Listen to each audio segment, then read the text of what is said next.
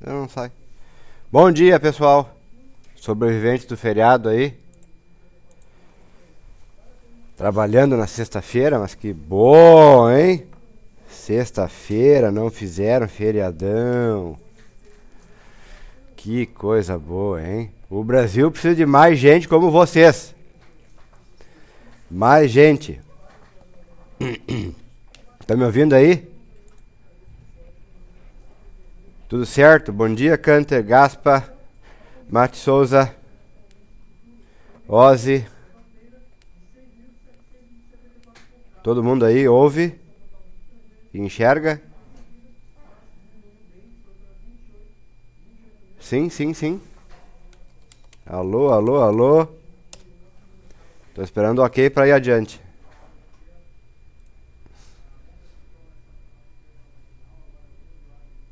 Sim, ok. Beleza. Então tá, para quem tá caindo de paraquedas aí no mundo na sexta-feira, tivemos uma quinta-feira bastante agitada nos mercados internacionais, só não aqui, né? Porque aqui descansávamos num nosso feriado, mais um feriado nacional religioso de um estado laico, mas tudo bem. Se é para o bem do povão descansar, então descansemos. E, obviamente, do Corpus Christi ninguém se lembra. Coitado do Corpus Christi, mas tudo bem. Coisas importantes aconteceram na quinta-feira e nós ficamos de fora. A principal delas é que na China houve um corte na taxa de juros de 0,25%. 0,25%. Não parece ser grande coisa, né? Uma merrequinha. Só que é o primeiro corte desde 2008.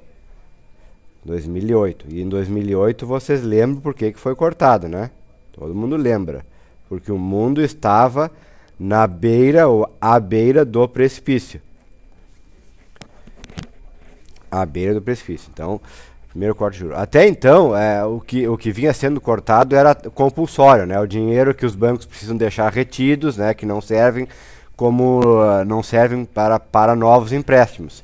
É bem diferente. Corte da taxa de juros é uma política bem mais agressiva. E aí, então, a primeira ideia que vem à cabeça é: cortou o juro, beleza, então agora vai... Veja bem. Por que a China teria cortado o juro? Recém comentávamos aqui essa semana que corte de juro não é um sinal bom para a economia real. É um sinal que a economia não está crescendo.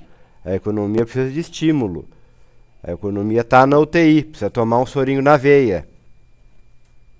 Então, assim, é um sinal muito ruim.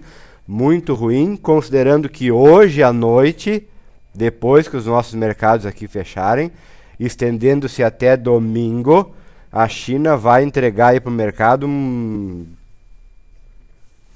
batalhão aí de dados econômicos. E o mercado, então, já está com aquela sensação de que o gato subiu no telhado. O gato subiu no telhado. Bom dia, pessoal.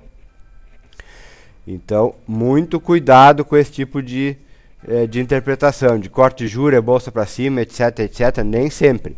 Aliás, então, já que estamos falando sobre China...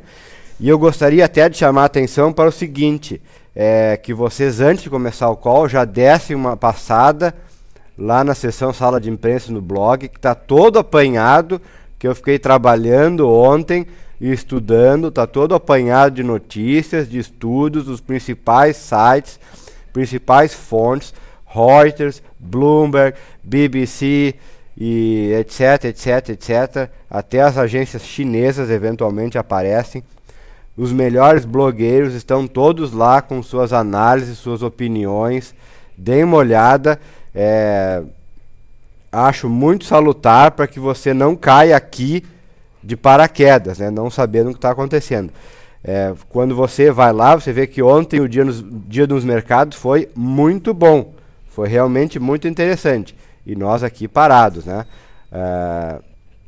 Depois a gente comenta alguma coisa nisso, mas nunca se furtem em visitar a sessão. Muita gente acha que não dá importância, que deveria dar, porque tem muita coisa lá e pode sim dar uma limpada assim, no sentimento com relação ao mercado. Mas estamos falando de China, então vamos para a China. Aqui está a China. 8 de junho, 7 de junho. Vejo que ela funcionou 7 de junho em queda, e aí o governo, né, o People's Bank of China, corta a taxa de juros. Além do que, o governo flexibilizou para os bancos a política de juros, tanto para empréstimo quanto para remuneração, né, para poupança. Ou seja, está incentivando aí uma concorrência maior no setor, o que para eles é meio que uma novidade, né? Não é como aqui, que é mais liberado, digamos assim. Mas então vejam, se corte de juros é bom, por que a China hoje caiu? Ontem não, porque o corte foi depois da queda. Mas por que a China caiu hoje? Por quê? Porque exatamente, olho da mosca. Bom dia, o estranho é esse corte antes da divulgação desses resultados. Na verdade, assim, ó, a China já vem desacelerando, e o que está em voga aí faz tempo, né, de agora, é se é um soft landing ou se é o hard landing. Mas assim, com esse corte de juro, o pessoal já começa a olhar um pouco mais para o lado do hard landing. O soft landing, ele ainda contemplaria um crescimento do PIB em torno de 8,5% aí, né? Já estaria mais ou menos nas contas. Agora, se começar a arriscar vir abaixo disso, aí já começa a ficar um pouco mais depressivo, né, a perspectiva. E a questão da China é o seguinte, ela baixou o juro, mas as pessoas não estão tomando novos empréstimos, como a gente tem visto aí. É o mesmíssimo caso do Brasil, tá? Então, de olho aí. Enfim, é queda, e a perspectiva é que venha a cair até aqui, né?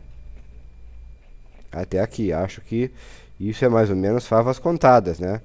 Vem. Acho que essa área aqui fica interessante para a gente ficar olhando uma possível reação dos mercados aí da China, né?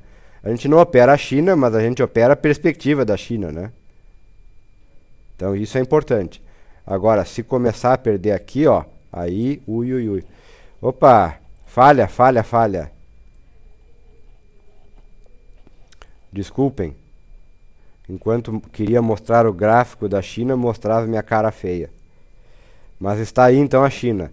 O corte aconteceu aqui depois do pregão, então esse não vale. E esse foi o pregão de ontem, né? De hoje, aliás, que já acabou lá. Hoje é noite lá, né? Já é noite lá. Então vejam, entrou para dentro dessa área aqui, e a expectativa é que venha trabalhar dentro dessa área, até porque no começo do ano, aí, em março, abril, tivemos esse fundo. Então esse é mais ou menos natural, essa expectativa de que venha aqui. Como eu estava falando, a gente não opera China, mas a gente opera a perspectiva da China, isso sim. O mundo inteiro opera a perspectiva da China. Então está aqui. Perder isso aqui seria muito ruim. Seria bem ruim. Então aqui está a China. A Europa ontem operou em alta, hoje já opera em queda. Vamos mostrar aqui, com exceção do quê? Deste cara aqui, ó. O IBEX 35, né? Espanha, arriba Espanha aí, que tá, é a outra fonte aí de notícias, né, que está em voga. A questão do setor bancário é a principal preocupação, é a preocupação mais iminente, mais premente na Europa agora, é isso que tem que ser resolvido de uma vez. E aí então tá, a Espanha nega que tenha pedido ajuda, nega isso, mas enfim, a gente viu semana passada, e eu comentei num vídeo que eu postei sexta-feira no fim do pregão, que o mercado viu aí um fluxo de dinheiro importante entre a Alemanha e a Espanha nos últimos dias, que passou meio aí ao largo das principais notícias. e não é, talvez tenha, não seja coincidência o fato de que durante alguns dias aí nessa semana que passou, o DAX tem operado em queda, enquanto os outros índices da Europa em alta, especialmente o da Espanha. Então vejam como as coisas se comportam. Aí, supostamente, então, esse final de semana, a Espanha vai dizer o quanto que precisa, tem alguns auditores lá trabalhando em cima disso, parará, e fica o diz que, mas a gente sabe que o negócio lá é meio urgente. Falam em 40 bilhões de euros, se estima até 4 vezes esse valor. Então vai algo entre 40, que a gente sabe que é mentira, nunca é a primeira expectativa, né? Nunca é o dado que o governo divulga, é sempre mais. Então 40 bilhões está descartado, é muito mais que isso, e já se cogita até 4 vezes esse valor aí. Então fica mais isso de alerta. Vamos ver como está o motor? O DAX. DAX, onde está você?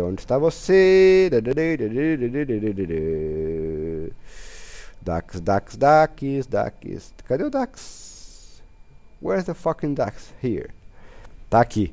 Então vejo como a Alemanha realmente na semana passada acelerou, né, o movimento de queda. Perdeu essa lateralidade.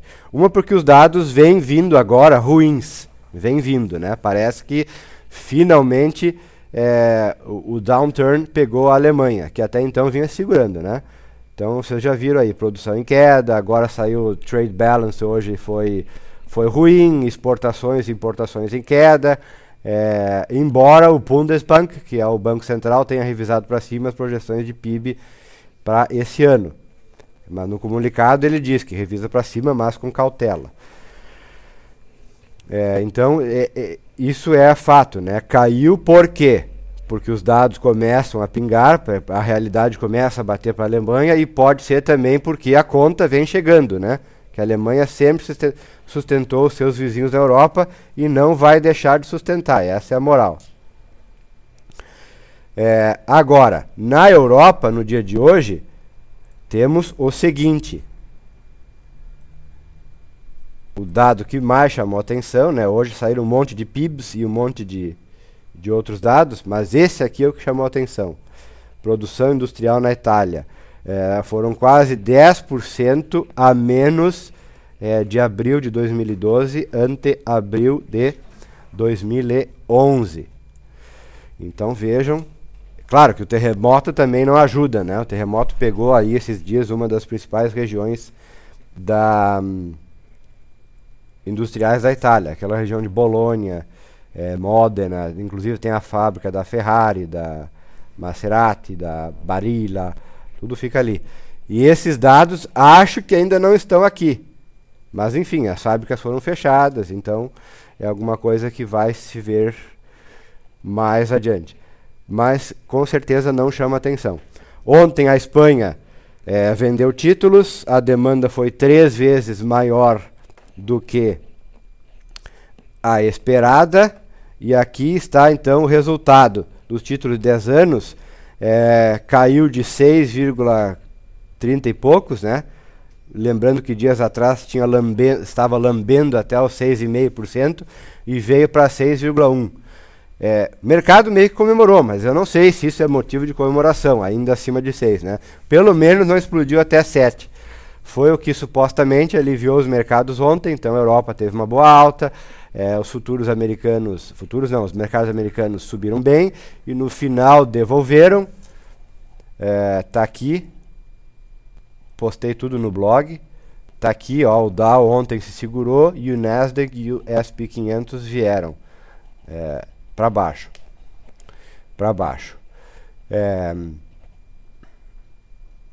Aqui estava o panorama de hoje, quando eu postei no blog. Os futuros leve baixa, não sei como é que estão agora. Cobre em baixa, o euro abaixo de 1,25, que chegou ontem a 1,26, chegou a bater 1,26 e deu aí um dos melhores trades de Forex dos últimos tempos. Já vimos alertando desde segunda-feira de manhã que podia acontecer, porque havia um recorde de especuladores vendidos em euro, e aí você tem dois cenários: ou o euro desliza mais para baixo e vai a favor da expectativa desse grande grupo aí, né, de traders, que são os grandes especuladores, e aí eles vão ganhando dinheiro e vão encerrando as posições devagarinho, assim como esquartejador, e botando lucro no bolso. Ou vira contra toda essa expectativa deles, e aí eles, como bons operadores, como bons traders, eles não seguram a rola. Eles tratam de zerar logo as suas perdas, como todo trader deveria fazer. E aí eles acabam jogando gasolina no fogo, porque muita gente já está comprando, né, contra a expectativa deles, e eles têm que vir a mercado e comprar ainda mais para zerar as suas vendas. É como tentar apagar um incêndio jogando gasolina. Então ele saiu estava abaixo de 1,24 e foi para 1,26. O nosso amigo que opera Forex está por aí? Acho que ele não está. Mas enfim, se ele seguiu o blog, se ele seguiu o noticiário, se ele seguiu a sala de imprensa, ele pôde, quem sabe, ter feito aí uma boa grana em cima só dessa perspectiva.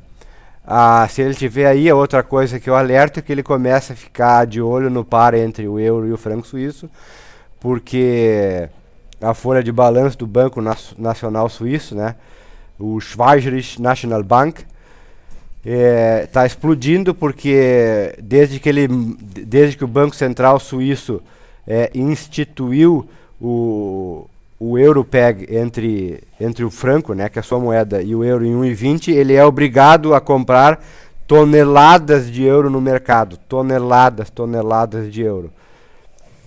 E porque ele não quer, evidentemente, que o franco suíço valorize demais, porque daí a Suíça perde competitividade, é ruim. Ou seja, a grande dúvida é se vai conseguir segurar ou não. Então, de olho aí, porque você sabe que uma represa aguenta até determinado limite, depois ela rompe.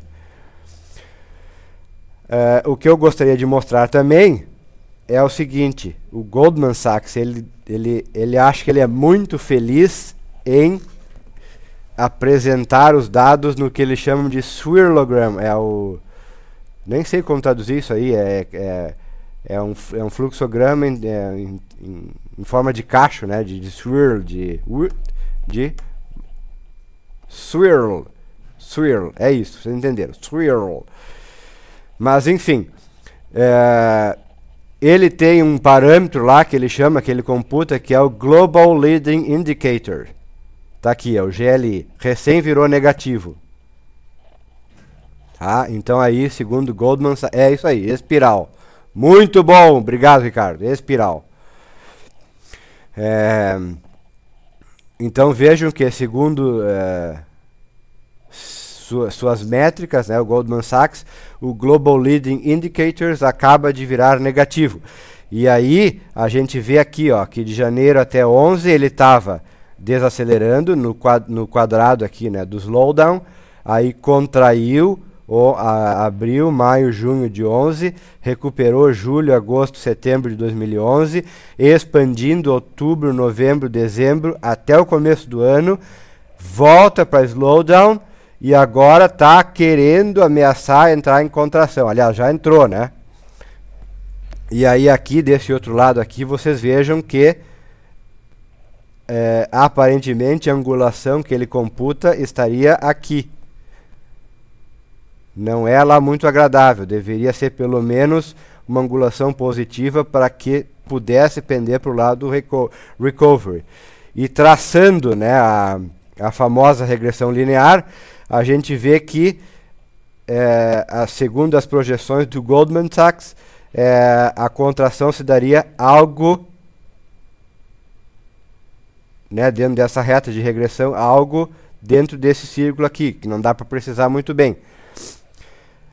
E você vê que tem dois pontos bem fora dessa curva, uma que é maio em 2008, na boca do precipício de 2008, e em outubro de 2000, que é associado também com o estouro da bolha do dot-com nos Estados Unidos, né, que foi também um grande período de desalavancagem global. Então, só para vocês verem como às vezes é interessante a gente ver como as pessoas fazem, né, seus cálculos, suas métricas, e tá aí. Para o Goldman Sachs a perspectiva não é boa. Aqui está o fechamento de ontem, que eu também tratei de registrar para mostrar como foi bom o dia. Ó, a Atenas subiu 13,70, se bem que isso e nada é a mesma coisa, porque eles caíram 93% do topo, né?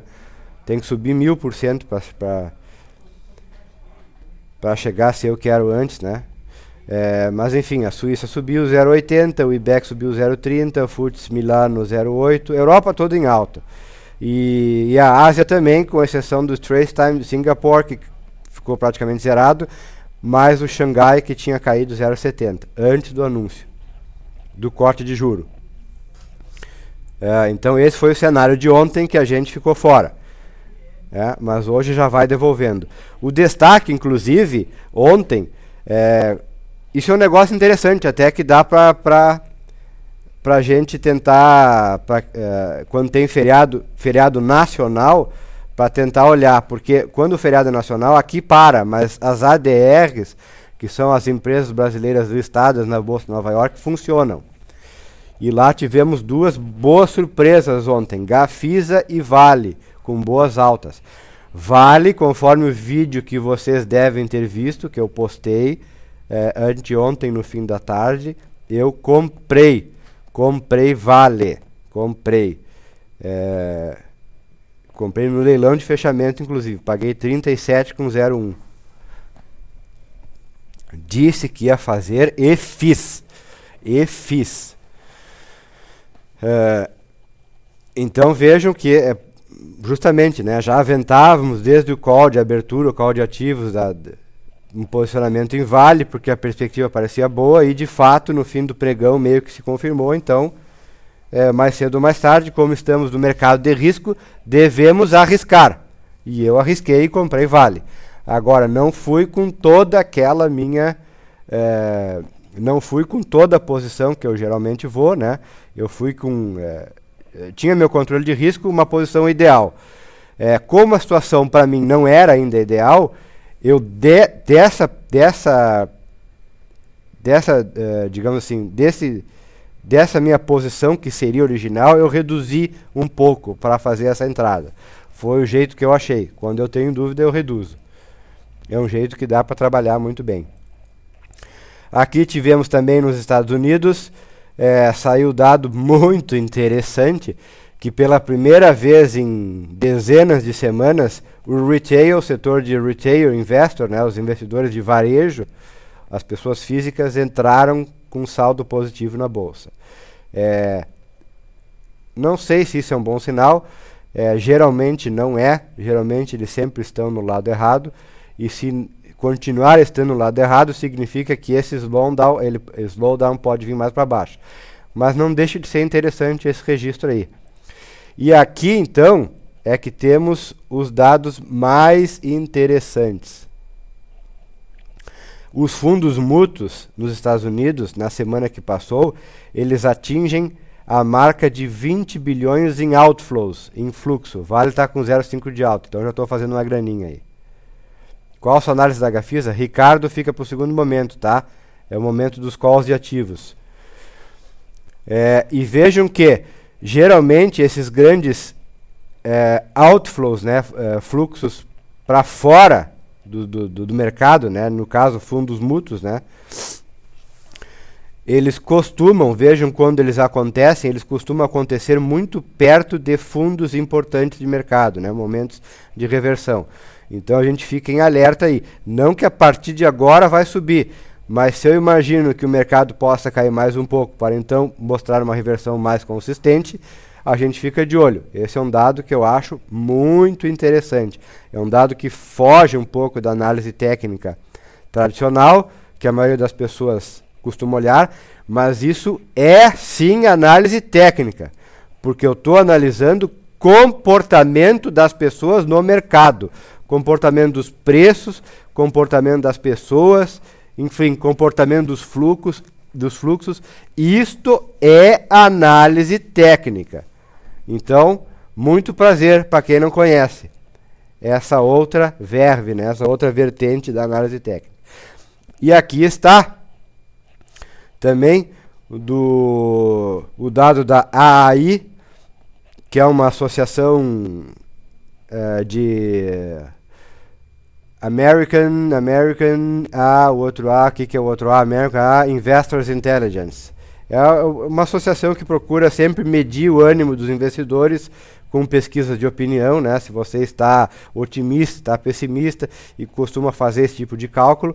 E vejam que a taxa que eles chamam de Bull Ratio, né? Que seria a taxa de pessoas otimistas dividido pelo número de pessoas pessimistas dividido pelo número de pessoas otimistas, já atinge um dos patamares que eles consideram de mercado pessimista, tá? Abaixo de 45% seria um mercado pessimista. Mas é um mercado pessimista, ou seja, a massa está pessimista. É assim que se costuma interpretar esse tipo de dado. E se a massa está pessimista, é um sinal de que podemos estar perto de um momento de reversão, porque a massa costuma estar sempre do lado errado dos negócios, né? Sempre do lado errado da aposta, digamos assim. Eu me esqueci o que é esse segundo A. American Investors Intelligence. É o Investors Intelligence, é isso mais ou menos. Então é mais um dado para a gente ficar de olho. Aqui temos os news, tá? Botei no blog. Isso aqui também, Italian. Muito bem, então vamos lá para o nosso mercado e ver como ele fechou anteontem, como abriu. Fechou anteontem bem, né? Rompeu essa linha aqui. Deixa eu aproximar aqui.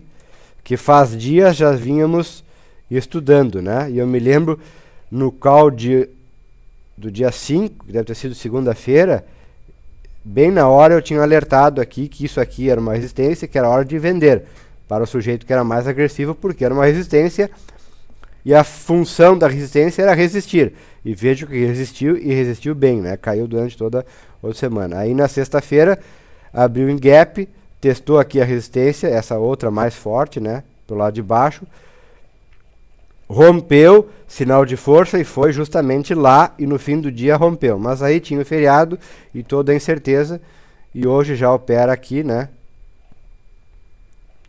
Esse é um gráfico de 60 minutos, já opera aqui, nesse patamar aqui. Ficar acima disso aqui é um bom sinal. É um bom sinal. Tá? Então fiquem de olho. Esse é um gráfico em 60 minutos. Nesse lado aqui, ó, sempre vai ser a via mais rápida, ou 60, ou 15, ou 30, enfim. E aqui o gráfico diário. No gráfico diário, como eu alertei no vídeo de sexta-feira, no finalzinho, a alta de 3%, eu entendo que instiga muita gente a sair comprando.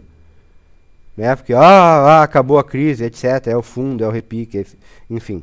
É o repique não, é o fundo, etc. Mas vejam que com os 3% de alta, recém toca na LTB. Essa aqui, que eu traço desde o começo de maio. Tá? LTB secundária. Eu tenho uma mais rápida aqui, que foi quando o momento acelerou, e ela é facilmente rompida, já foi. Tentou fazer um pivô, não deu, fez um fundo mais baixo, e agora tenta recuperar. Mas vejo que a recém ela tenta recuperar um patamar de preços que não podia ser perdido e perdeu. E eu estou vendido em BOVA11 desde lá. Deixa eu ajeitar aqui. Tá aqui. Não é novidade, a gente vem tratando disso há dias nos calls. Todo mundo está ciente disso, né? Sim, não? Estou falando bobagem? Não, né? A gente já vem falando nisso, né? Uma faixa de preço que até então era rejeitada, ou seja, sempre apareceu o comprador. Nos últimos dias não apareceu o comprador de forma suficiente e o preço deslizou ainda mais para baixo. E tá justamente lá, ó, na berlinda. Então, talvez até nem se resolva hoje. Por isso que, apesar da alta de 3%, apesar da perspectiva, etc, etc, ainda devo tratar como repique. Para não ser repique, ele deveria me dar um sinal bem mais consistente de que a pressão vendedora pudesse estar se esgotando. Tá? E aí, um dos primeiros sinais, eu gosto de ver como um pivô de alta, que ainda não aconteceu, mas fiquemos de olho. O nosso dólar,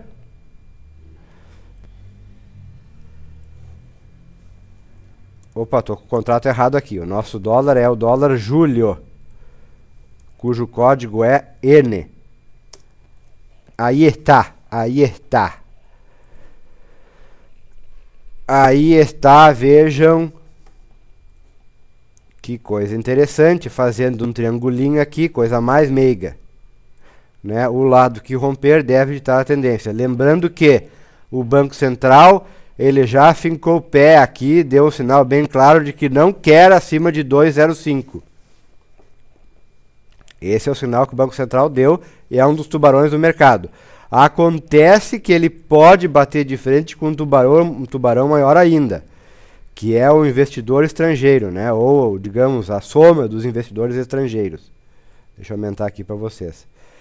E eles vêm comprando nesses últimos dias. Um movimento que acontece de forma um pouco mais evidente de um mês para cá. Até então, eles estavam fora do dólar durante toda essa alta aqui, ó. Não foram eles que fizeram toda essa alta. Então, cuidado com isso, porque se o investidor estrangeiro achar que é hora de comprar dólar, ele é um páreo duro de vencer. E historicamente a gente vê que ele geralmente é ele o grande vencedor no jogo do câmbio. Então, especial atenção quanto a isso. Especial atenção, e agora eu faço um alerta, porque estão vencendo nos Estados Unidos contratos futuros de uma série de ativos, né? Entre eles treasuries, índices, etc, etc, etc. Vencem tudo agora em junho, tá? Está perto do vencimento. Inclusive o nosso índice futuro vence na quarta-feira que vem, né? E vamos daí para o índice agosto. Mas o que eu quero alertar é o seguinte, esse período de vencimento dos contratos futuros, principalmente nos Estados Unidos, que é onde está o grosso do dinheiro no mundo, ele é muito propício para os traders, porque a liquidez aumenta muito. Então, os traders conseguem, de certa forma, renovar as suas posições, ou quem sabe até inverter, sem despertar tanta atenção no mercado. Então isso é muito importante. O posicionamento que eles assumirem para o próximo contrato, que tem vigência de mais 3 meses, vai ser importantíssimo para ditar aí os humores de uma série de outros mercados do mundo, e provavelmente o nosso aqui também. Então ficaremos de olho nisso e procurarei alertar sempre que observar ou desconfiar de alguma coisa. Agora vocês têm que fazer a parte de vocês, né? Botar a gente aqui pro call, botar a gente para dentro. 37 views é fraco, eu não me sustento assim. Tudo bem que hoje é feriadão, sexta-feira, a maioria das pessoas nem tá aí, tá curtindo descanso, etc, etc. Mas enfim, fosse um dia normal, estaria muito fraco, muito fraco. Vamos lá, galera, tem que divulgar mais, botar aí o call na rua, contratar uma Kombi e sair com o megafone. Call do Diego, call do Diego. É bom para todo mundo. É bom para mim, que me puxa e tudo mais. É bom para vocês. É bom para todos nós, que trocamos ideias, etc, etc, etc. Então essa seria a posição do dólar. E anteontem o Banco Central mais um dia não entrou. Então todo mundo na espreita vê o que vai acontecer aí agora. Deixa eu só ver um negócio, 34 minutos, está chegando ao fim nosso call de mercados. Bom, sempre tem coisa que eu queria falar e acabo esquecendo, porque é muita coisa, eu tenho só 30 minutos. Enfim, por isso, mais uma vez, reitero que vocês revisem a sessão sala de imprensa, e para justamente aqui é um momento de trazer a dúvida, trazer a pergunta, e a gente consegue talvez até debater um assunto que vocês queiram. Agora, eu estava me lembrando de um negócio importante, que semana passada eu postei alguma coisa de eu falava até sobre Segunda-feira foi, eu estava até fora, estava num quarto de hotel, eu falava sobre a questão do PL, Price Earnings, né, nos Estados Unidos, e comentei até que eu tinha rodado aqui um modelinho de PL para a Bolsa, e tinha preço-lucro, né, e tinha chegado a um valor entre 3 e 11, mas fazendo com os lucros já divulgados, né. E aí eu tenho um colega, que eu não lembro quem foi, ele supostamente rodou um modelo para os lucros esperados, né, os lucros próximos esperados das empresas, e ele teria chegado a um PL de 7, alguma coisinha. Vamos arredondar para mais, 8, PL 8, ou seja, o preço que a Bolsa está agora, ou estava, antes da alta de 3%, era mais ou menos um PL 8, né, computando as expectativas de lucros futuros das empresas brasileiras. Não sei como é que ele fez esse cálculo, né? Mas sabe que se a expectativa é futura, já tem ali embutido uma ampla margem de incerteza. Mas tudo bem, vamos botar que isso seja verdade. O PL é 8. E agora, hoje, eu tive de manhã a ata do Copom, o Copom se mostrando um pouco mais preocupado com a desaceleração econômica, e aí o mercado já começa a antever mais um corte de 0,5% para o próximo e mais alguns ainda. Quem sabe derrubando aí até para o patamar dos 7% a nossa taxa de juros. Ou seja, dentro daquela lógica, renda fixa com perspectiva cada vez pior, né, em termos de rendimento, e Bovespa cada vez ficando mais atrativa. Isso do ponto de vista racional. Porque se eu tenho um PL 8, isso aí, eu também acho. Se eu tenho PL 8, significa que comprando Ibov agora eu teria uma expectativa de retorno do meu investimento só em formas de juro e dividendo em 8 anos. O que já está aí bem perto do que eu ganharia com a renda fixa. Então cuidado com esse balanceamento. É onde costuma entrar o fundamento na questão, né? Quando o dinheiro grosso se convencer de que a Bolsa, apesar de toda a perspectiva mundial aí de desaceleração, etc., quando o dinheiro grosso se convencer de que a Bolsa está barata, aí, amigo, você vai ver o que é alta. Tá? Então essa é a moral. Racionalmente a gente pensa assim. Agora, uma grande componente do mercado é emocional. Então não quer dizer que a gente não possa ver mais baixa pela frente aí. Podemos sim. Ficaremos de olho, pois. Gaspar, está cheio de empresas que estão dando mais dividendo que renda fixa. Com certeza. É isso aí, Machado. Vale muito a pena. O problema é assim, é calcular isso, né? É calcular. Porque eu, semana passada, rodei o modelo clássico e o PL deu mais ou menos 3,5. Tá? Só que aí computa muita empresa que dá prejuízo e leva o PL para baixo. Mas aí se eu faço um filtro e elimino todas as empresas do cálculo, que PL negativo não me interessa. E também elimino aquelas cujos PL são muito altos, né, que também é a distorção para o outro lado, eu fico aí com 11. Mais ou menos um PL de 11. Mas isso considerando os lucros que já aconteceram, quer dizer, é passado, é o lucro que eu tenho na mão. Se eu vou usar um lucro que ainda não aconteceu, que é o lucro estimado, bom, aí o leque de incerteza começa a abrir, né? Porque o lucro vai depender da venda, da taxa de turnover, enfim, de dezenas de variações para cada empresa, e aí fica mais complicado. Então, dependendo das pessoas que fazem esse cálculo, aí você vai chegar a PL 7, PL 8, 8,5, 9, 6,5, de repente. Não é um dado assim que sabe, consenso. Mas com certeza, vale a pena ficar de olho nesse tipo de métrica. Muito bem, pessoal. Chegamos ao fim do nosso call de panorama geral. E eu desligo agora, né, que é o nosso modus operandi. E daqui 1 minuto eu volto com o call de ativos. Ok? Obrigado. Quanto é que é o juro na China hoje? 6 e pouco. 6 e pouco.